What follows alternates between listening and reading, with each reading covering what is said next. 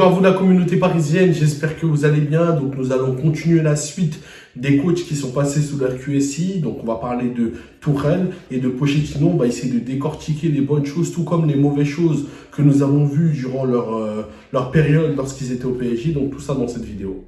On va parler chronologiquement, on va commencer par Thomas Tuchel qui a succédé à Emery après ses 2 ans passés au PSG dont les gens étaient insatisfaits de sa présence, donc alors qu'il y avait vraiment des circonstances atteignantes que nous devons mettre sur la table. Maintenant, concernant le cas de Tuchel, il avait fait un discours pendant sa présentation que nous avons tous aimé, dont il cherchait plus de densité de jeu, d'ouverture, d'espace et un vrai pressing haut afin que les joueurs puissent pouvoir récupérer le ballon très rapidement et surtout dans les cages adverses, dans le camp adverse. Et donc on était un peu alléché par ces discours qu'il avait dit. On attendait avec impatience que la saison puisse commencer. Mais lorsqu'on a vu que le coach a voulu se débarrasser de Guedes, qui aurait pu être justement un joueur de profondeur de banc, un joker, et aussi de Lassana Diarra qui aurait pu être le joueur qui aurait essayé de remplacer provisoirement Thiago Motta, car Lassana Diarra, on a vu ce qu'il a fait à Marseille, il ne lui a pas fait confiance du tout. Et Lo Celso qui était un joueur prometteur, qui était très technique, qui avait quand même du coffre, du bagage et qui pouvait être aussi à la finition. Il a réussi à s'en débarrasser. Donc en plus, pour remplacer par qui? C'est ça la question. C'était le moment du fair play financier. Il n'a pas réussi justement à pouvoir voir la situation et de faire avec, alors que c'était pas des joueurs quand même qui étaient de bas de gamme, c'était des joueurs quand même qui avaient un certain niveau. Et il a réussi à s'en débarrasser et on ne comprend pas pourquoi. Bref. Donc on va continuer. Donc on a vu que quand même Thomas Tuchel a commencé avec un 3-4-3, un système comme il joue en Allemagne, un 3-4-3 avec 3 défenseurs, 2 pivots avec des latéraux un peu plus hauts, Meunier qui était un peu plus haut et il a recruté Bernat. Donc voilà, Bernat qui était vraiment une bonne pioche parmi tous les recrues qu'il a voulu au PSG. On a vu, il y a eu Kerrer, il y a eu Abou Diallo, il y a eu Gay qui est venu juste après, l'année d'après. Il a eu des joueurs et certains malheureusement n'ont pas fonctionné. Abou Diallo par ses blessures, il était bon mais voilà, il se blesse souvent. Et Kerrer, voilà, on a vu ce qui s'est passé contre Manchester United, le mec n'est pas sûr totalement, il faut dire la vérité telle qu'elle est. Donc Tuchel il est venu avec ses idées, son jeu académique qui ne correspondait pas à la Ligue 1, car on voit qu'en Ligue 1 il y a beaucoup d'équipes qui font des bus, donc il n'a pas réussi justement à pouvoir bien analyser le championnat et il a essayé de faire je ne sais pas si c'était des tirages au sort en termes de formation. Au fur et à mesure du temps, il changeait de dispositif sans arrêt. C'est lui qui a commencé à changer de dispositif tout le temps. Un coup un 3-4-3, un 3-5-2, un coup un 4-4-2, un coup un 4-3-3. Donc on ne savait plus où il voulait se repérer dans ce système au PSG. Donc c'était vraiment la chose qu'on ne comprenait pas nous en tant que lecteurs.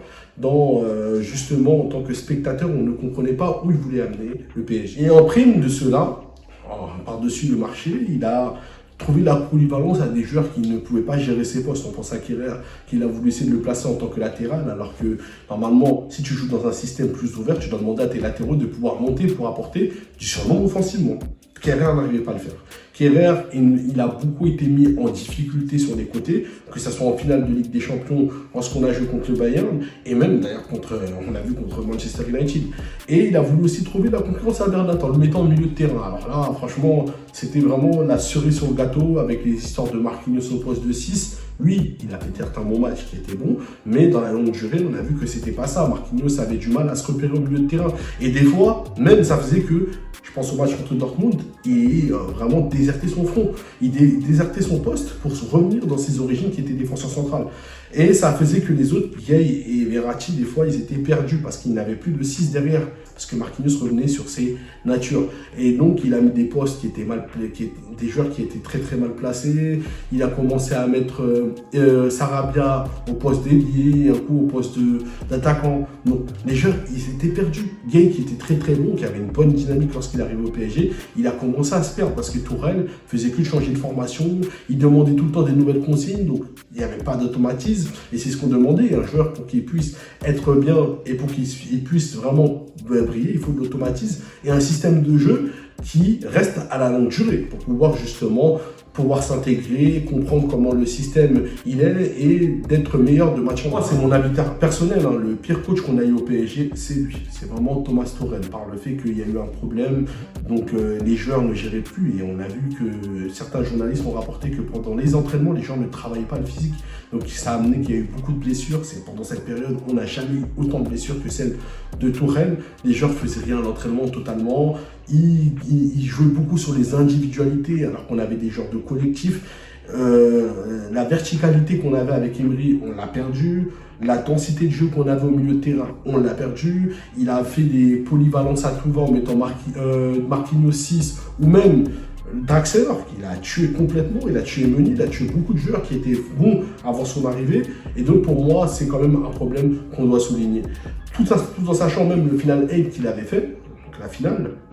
On pense à la finale. Et avant même de parler de la finale, on pense au match contre l'Atalanta Bergame. Donc ça c'est juste sur une individualité. C'est Neymar qui a essayé vraiment de faire tout le temps la différence. Et il n'y avait pas de collectif. Ton milieu de terrain était inexistant tout le match. C'était Neymar qui était obligé de reculer pour faire le jeu. Et l'Atalanta Bergame n'avait pas de défense. Donc c'était un avantage pour lui. Bon, il a beaucoup raté. Jusqu'à que l'arrivée de Mbappé et de Choupo-Moting ont pu changer le match. Mais donc on a pu voir que le PSG n'avait pas de ressources, il n'avait pas de collectif. Ça se basait souvent sur l'individualité. Et ils n'étaient pas chirurgicaux. Mbappé aussi n'était pas bon sous son air, il faut dire la vérité. Pendant une saison, il n'a pas réussi à marquer, il était beaucoup critiqué. Il n'arrivait pas à pouvoir jouer son jeu. Il jouait dans un jeu où il voulait ressembler à Neymar. Il n'a pas été cadré dans ce point-là. Donc ça veut dire que c'était quand même un peu la permanence dans ce PSG-là. On n'essayait pas de voir où on pouvait essayer d'exploiter plus les joueurs. Des fois, un coup, on le mettait en pointe, un coup, on le mettait sur le côté. Donc, c'était l'anarchie. Tuchel a voulu aussi saboter le club avant de partir en prenant Danilo. Parce qu'il faut savoir une chose, c'est que le PSG n'avait pas d'argent. Et ça, c'est des choses qu'ils devaient prendre en compte. Ils avaient des problèmes avec le fair play financier. C'est pas qu'ils n'avaient pas d'argent, juste que par rapport au coût du fair play financier, ils étaient très limités, donc ils étaient obligés de faire du bidouillage. Donc Tuchel était souvent confronté à des conflits, que ce soit avec Antero, Enrique ou avec Leonardo. Il prenait des joueurs qui n'avaient pas le niveau. Et donc moi, la question que je me pose, ces joueurs-là qui voulaient au PSG, pourquoi ils ne veulent pas Chelsea? Voilà. Donc les gens qui me disent que oui, regardez ce qu'il a fait à Chelsea, regardez. Mais pourquoi ces gens-là, ils ne demandent pas Chelsea? Il a demandé Khedira au PSG, il demandait des Weigl au PSG, il a demandé Aubameyang aussi au Paris Saint-Germain, il a demandé beaucoup de joueurs. Kehrer, aujourd'hui on a du mal à s'en débarrasser. Il y a beaucoup de joueurs qu'il a demandé, qu'il a réclamé, qu'actuellement on a du mal à s'en débarrasser. Donc avant de partir, il a quand même laissé un PSG qui était mort. Beaucoup de joueurs avaient perdu la confiance. Gay, il avait perdu la confiance. Mbappé, pareil. Et donc, voilà, on va parler de Tuchel juste après, de Pochettino juste après, qui a réussi justement à pouvoir remodeler à peu près le rôle d'Mbappé, de lui montrer justement son identité dans cette équipe, la position qui lui convient. Mais Tuchel, son passage vraiment reste affreux, malgré qu'on a fait une finale, malgré qu'on a battu Dortmund. Donc pour moi, ça reste un problème. Et c'est lui quand même qui a mis Icardi plus bas que terre. Icardi était un joueur qui a réussi à mettre 20 buts les 6 premiers mois. Il a réussi à... En fait, c'est le match contre Dortmund qui a vraiment plombé Icardi lorsqu'il ne l'a pas mis titulaire. D'ailleurs, les journalistes rapportent que Icardi a cassé beaucoup de chaises. Il a fait des dégâts à l'hôtel au point que le PSG était obligé de débourser une certaine somme. Donc ça a amené à ce que Icardi a perdu la confiance dès à présent. Ensuite, ce qui s'est passé, il ne faisait pas de la concurrence saine. Un coup Cavani, un coup Icardi, c'était pas serein, c'était pas une concurrence saine. Il n'arrivait pas justement à pouvoir jauger entre les deux. Et le match avant Dortmund, il a essayé justement de faire un 4-4-2 qu'il avait préparé au préalable, qui ne l'a plus utilisé juste après. Donc ça n'a aucun sens de faire ça. Tu fais un 4-4-2 que tu prépares pendant 4 mois. Le jour du match, tu fais un 4-3. Donc les joueurs s'étaient perdus le match aller. C'est pour ça que ça a amené à la défaite. Haaland avait vraiment de l'espace. Il pouvait vraiment naviguer comme il voulait. Pareil pour Sancho. Parce que Marquinhos, en fait, avait déserté son poste. Il jouait vraiment bas. Il jouait vraiment très bas. Il n'était plus un 6, il était défenseur central. Donc son 4-3-3 se ressemblait plus à un 3-5-2 qui n'était pas volontaire en réalité. Parce que Marquinhos, voilà, était vraiment tout en bas. Et donc, voilà, ça c'est un problème que Tourelle n'a pas pu essayer d'aviser. Et donc, par rapport au cas de Tourelle, moi, juste pour conclure, ce que j'en pense, c'est que son passage au PSG était très désastreux. Parce que quand il est venu les 6 premiers mois, voilà, donc il y avait un peu de jeu, mais c'était pas exceptionnel aussi, hein, les gens ils exagèrent. Il y avait de la verticalité, il y avait un pressing au début, mais qui n'a pas tenu. Et c'est surtout dans le long terme qu'on juge, qu'on fait un bilan. Donc après la défaite contre Manchester United, le PSG était vraiment dans une désillusion totale. Et donc là où je pointe du doigt, c'est le fait qu'il n'a pas réussi à trouver une identité à ce club. Et surtout d'essayer d'améliorer l'équipe. L'équipe a plus régressé qu'autre chose. Plein de joueurs ont perdu la confiance, dont même Mbappé. Neymar, on ne savait pas s'il était 10 ou sur le côté. Plein de joueurs qui n'étaient pas recadrés. Et donc, moi, c'est là où j'en veux à Thomas Tuchel. Et donc, le PSG, le jeu qu'on avait, l'identité qu'on avait, c'est-à-dire le fait de pouvoir faire des pressings qu'on avait avec Emery, le jeu qu'on avait de possession, il nous l'a enlevé pour nous faire un jeu qui est vraiment inexistant au PSG. Et donc ça, c'est une réalité. On ne s'arrête pas justement par le fait qu'il arrive en finale pour dire que voilà, donc c'est le meilleur coach. Ça ne veut rien dire. Ça ne veut rien dire du tout. Un coach, on le juge dans un long terme et on regarde surtout le contenu. Et donc le format n'était pas le format, c'est un format qui était inédit de la Ligue des Champions, dans l'histoire de la Ligue des Champions, par le fait qu'il y a eu le Covid, il y a eu beaucoup de choses qui ont été prises en compte, et Tourelle n'arrivait pas justement à pouvoir s'adapter contre l'équipe adverse. Quand il a joué contre le Bayern, il a mis un système où il a mis Marquinhos, Herrera, qui n'a pas de volume de jeu, et Paredes. Pourquoi faire 3 joueurs défensifs. Qui parmi eux va essayer de ressortir le ballon? Qui parmi eux va essayer de jouer par son côté un peu imprévisible, sa technicité et le côté architecte par la vision de jeu? Qui va faire ça? Personne. Donc si tu vois que tu as des milieux de terrain qui sont comme ça et que tu en as d'autres qui sont blessés, t'avises. Tu joues un système à 2 où tu vas demander plus à tes 2-6 de pouvoir ressortir le ballon et c'est tout. Mais là, je ne comprends pas pourquoi il a voulu faire un système à 3. Et donc, la défaite du PSG par rapport au match contre le Bayern, c'est dû aussi au positionnement que Tourelle a fait et au dispositif qu'il a fait. Et donc ça, c'est une erreur de sa part. On parle de finale, mais regardez la finale qu'il a fait. Ça mérite ça, c'est pas un match qui mérite vraiment le nom d'une finale. Donc, voilà ce qu'on voulait dire au sujet de Tourelle. Mais pour moi, vraiment, ça reste pour moi le pire coach qu'on a eu au pays. Maintenant, on va clarifier au sujet de Pochettino. Donc, il est arrivé en mi-saison. Déjà, quand il est arrivé au PSG, moi, je ne le voulais vraiment pas parce que Leonardo était là à ce moment-là. Donc voilà, Leonardo a ses fautes aussi en tant que directeur sportif. Mais on fera l'objet d'une autre vidéo au sujet des directeurs sportifs. Mais quand Leonardo était au PSG à ce moment-là, le mieux ce que le PSG aurait dû faire, les dirigeants, et je pense surtout au Cheikh Tamim El Thani, de pouvoir prendre un coach qui va vraiment sous la même longueur d'onde que Leonardo lorsque Tourelle a été limogé le 24 décembre. Il aurait dû justement pouvoir aviser pour prendre Allegri qui était libre à ce moment-là, ou prendre un coach en intérim pour qu'il puisse finir la saison et pourquoi pas prendre Allegri lorsque la saison elle est finie. Non, ils ont voulu en faire leur tête, ils ont dit on va prendre un coach qui a connu auparavant, qui était un ancien joueur, mais c'est un joueur c'est un coach qui n'a pas la même philosophie de voir le jeu que Leonardo. Donc ça, c'est un problème. Ça, c'est un problème de la part des dirigeants. C'est pour ça que moi, ce que je demande, c'est que par la suite, ils puissent prendre du recul et qui ne gèrent pas le côté sportif parce que c'est pas fait pour eux. Là, un directeur sportif, quand il dit qu'il veut prendre un coach, il faut lui laisser chaque poste doit être défini au Paris Saint-Germain. Maintenant, concernant l'arrivée de Pochettino, il est arrivé vraiment en mode alerte, c'était un peu compliqué, beaucoup de joueurs étaient en manque de confiance, il fallait vite qu'ils trouvent un système de jeu qui leur convient. Il était venu avec un 4-2-3-1 qu'il avait fini lorsqu'il était à Tottenham, lorsqu'il s'est fait virer de Tottenham, il avait fait un 4-2-3-1 qu'il a voulu aussi d'aligner au PSG. Donc voilà, au début, voilà, le PSG avait du mal à se repérer, il essayait de se roder, de voir les complémentarités, il a vu, après il a essayé d'aviser pour trouver la bonne équipe. Donc ça va, il a commencé à très bien préparer, on l'a vu d'ailleurs pendant la Ligue des Champions, un match qui était très bien fait. Contre Barça, match aller, match retour, qui a été bien maîtrisé dans le collectif. Là, ça ne se basait pas sur l'individualité, contrairement à Tourelle. On a vu qu'il y avait du jeu, il y avait de la verticalité, les joueurs étaient chirurgicaux et Mbappé, un vrai Mbappé qui était vraiment sur des rails. Donc ça, c'est vraiment quelque chose qui était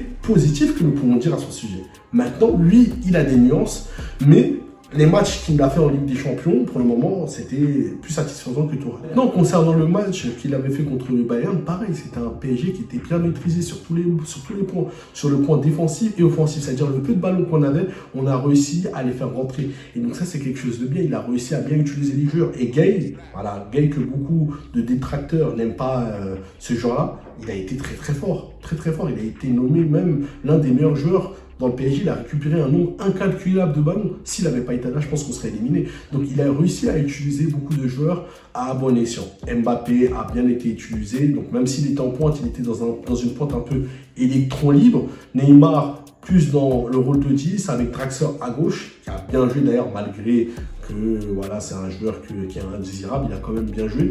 Et un Di Maria aussi qui était très très bon dans les combinaisons avec Neymar. Donc c'était quand même un PSG qui était très très bien maîtrisé malgré les blessures de Marquinhos et de certains joueurs. Voilà, donc c'était quand même un PSG qui a bien joué, match aller tout comme le match retour. Maintenant, concernant le match contre City, bon voilà, là c'est un match où je l'en ai plus voulu, dans le sens où il a mis Verratti 10, alors que Verratti est un joueur qui est plus dans la construction, c'est pas un joueur qui fait beaucoup de passes décisives dans la saison, c'est plus quelqu'un qui reste bas pour faire. Donc là, il n'a pas réussi à pouvoir s'adapter aux joueurs qu'il avait dans son effectif, c'est-à-dire Verratti. Et donc, ça a amené à certaines choses qui ont fait que le PSG n'était pas chirurgical. Et Neymar, qui n'a pas été vraiment repris par le fait qu'il a perdu un nombre incalculable de ballons. Donc, ce qui nous a amené à des défaites et des joueurs qu'on avait aussi qui n'avaient pas le niveau, comme par exemple Florenzi qui s'est jeté sur Foden, on ne comprend pas pourquoi.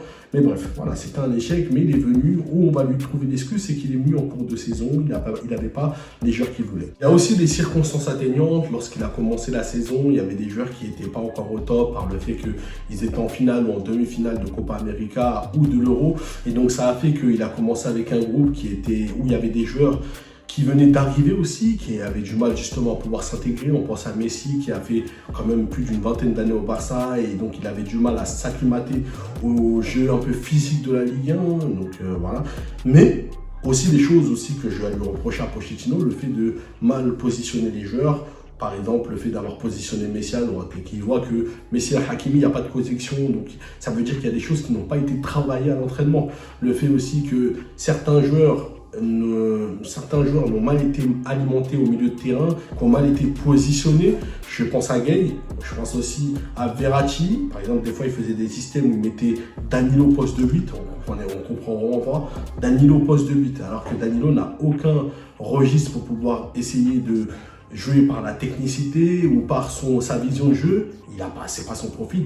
Donc Danilo est un joueur qui est plutôt atypique, qui est plutôt athlète et qui joue au poste de 6 ou dans un système à 2 pivots ou dans un système à 3 en étant une pointe basse, mais il ne peut pas jouer 8. Donc moi, il y a des choses que j'ai toujours pas compris dans ce PSG-là. Ensuite, c'est lui qui a eu le pire ratio en termes de buts et en termes de défaites.